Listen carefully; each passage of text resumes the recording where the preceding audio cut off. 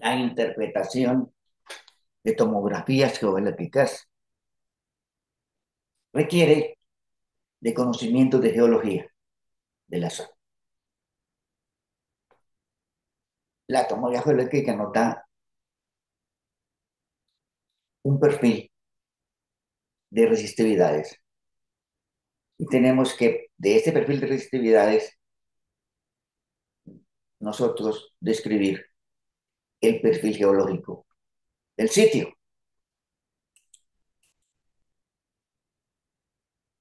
La inversión de datos, ¿en qué consiste?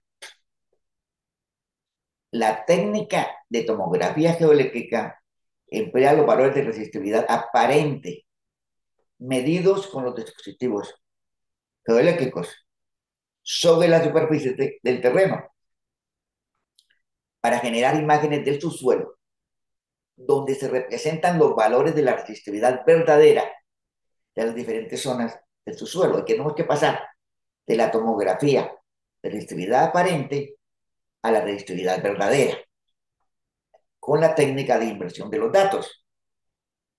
La relación entre la resistividad aparente y la resistividad verdadera es una relación compleja, la cual se trabaja con un software aplicando la técnica de la inversión de los datos. O sea, mide las resistividades, pero las resistividades que se miden no son las de los puntos, sino son las de las líneas. Hay que pasar a resistividad verdadera punto a punto del perfil. Con el software se ejecuta un proceso de inversión con la cual se obtiene una distribución de la resistividad real llamada imagen invertida de la resistividad. Mediante algoritmos matemáticos, utilizando técnica de mínimos cuadrados y elementos finitos, se hace la inversión de datos. Del diagrama, del perfil de resistividad tomado en sitio, llegamos a la resistividad de los diferentes puntos del área del perfil.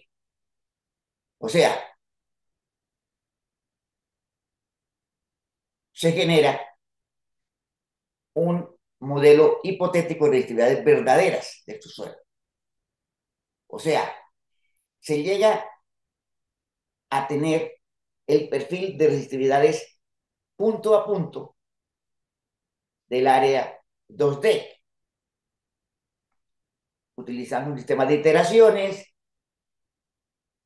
se llega a ese perfil. Y ese es el perfil que nosotros vamos a interpretar. ¿Interpretar para qué?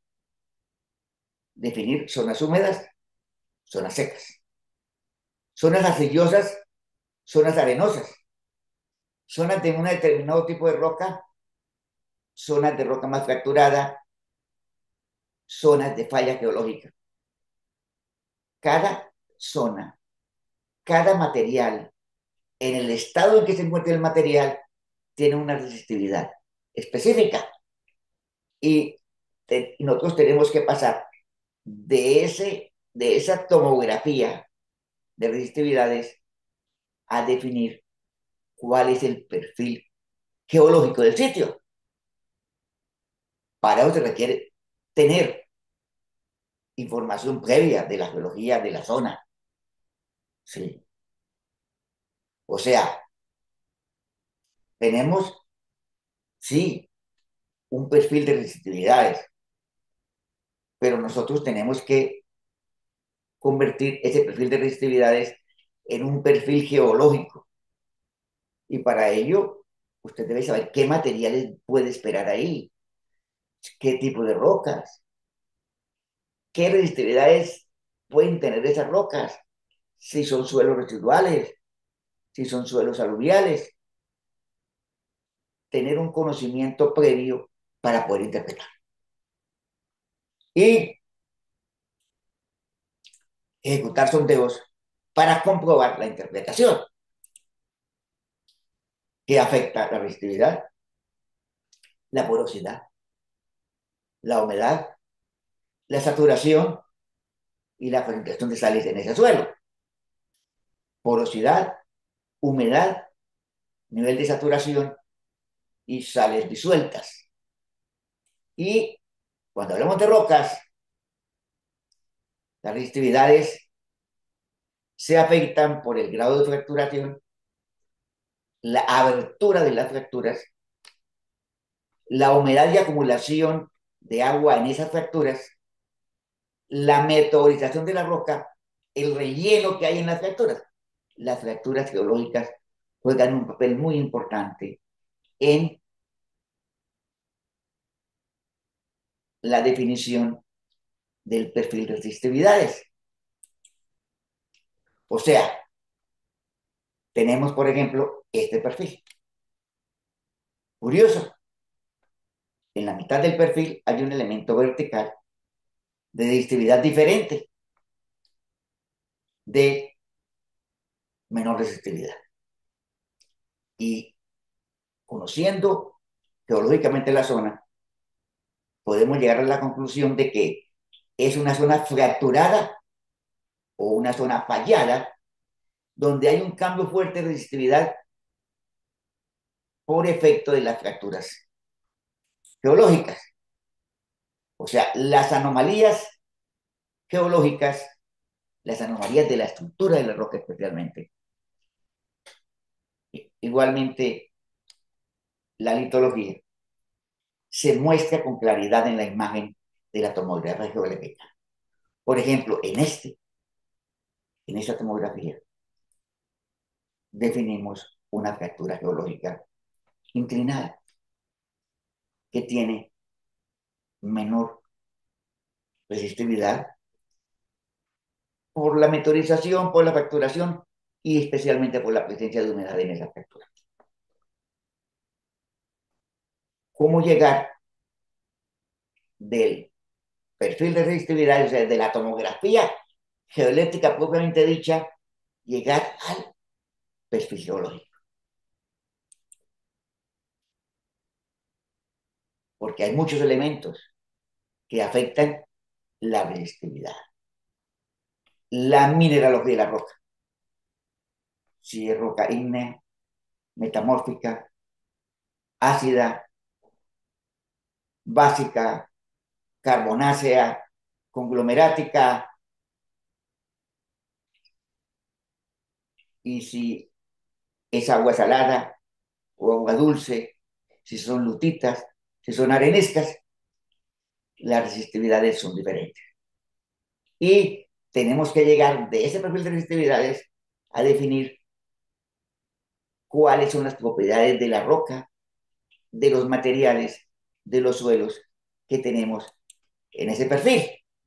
Por ejemplo, las rocas ígneas y metamórficas generalmente tienen valores altos de resistividad. La resistividad de las rocas ígneas y metamórficas depende mucho del grado de fracturación que posee y del porcentaje de agua que rellena las fracturas del terreno. Rocas ígneas, granitos, basaltos, rocas metamórficas, pizarra, mármol, cuarcita, tienen sus resistividades específicas de acuerdo a la fracturación, de acuerdo a la meteorización, de acuerdo a su estado de humedad. Igualmente las rocas sedimentarias, generalmente son más porosas y tienen un alto continuo de agua, lo que hace que normalmente los valores de resistividad en rocas sedimentarias disminuyan, especialmente en rocas arcillosas, en lutitas, rocas sedimentarias. Una arenisca tiene resistividad diferente a una arcillolita. Y los suelos, en los suelos afecta mucho la humedad y afecta mucho el porcentaje de pinos. Y cuando se habla de humedad, el tema de suelos arcillosos que tienen más humedad, adicionalmente la arcilla, lo cual hace que las resistividades sean más bajas. Son normalmente de baja resistividad. Y el agua. El agua puede tener una resistividad entre 10 y 100 ohmios metros, dependiendo de la cantidad de sales disueltas, pero el agua de mar, que tiene un alto contenido de sal, hace que la resistividad sea muy baja. Entonces, nosotros podemos, en zonas cercanas al mar, definir en los acuíferos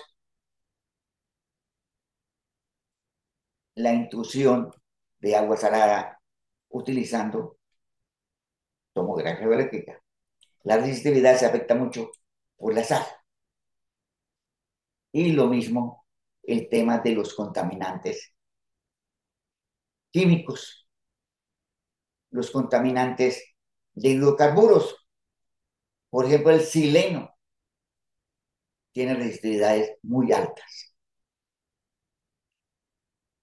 Cloruro de potasio, cloruro de sodio. Cada elemento químico tiene su nivel de resistividades.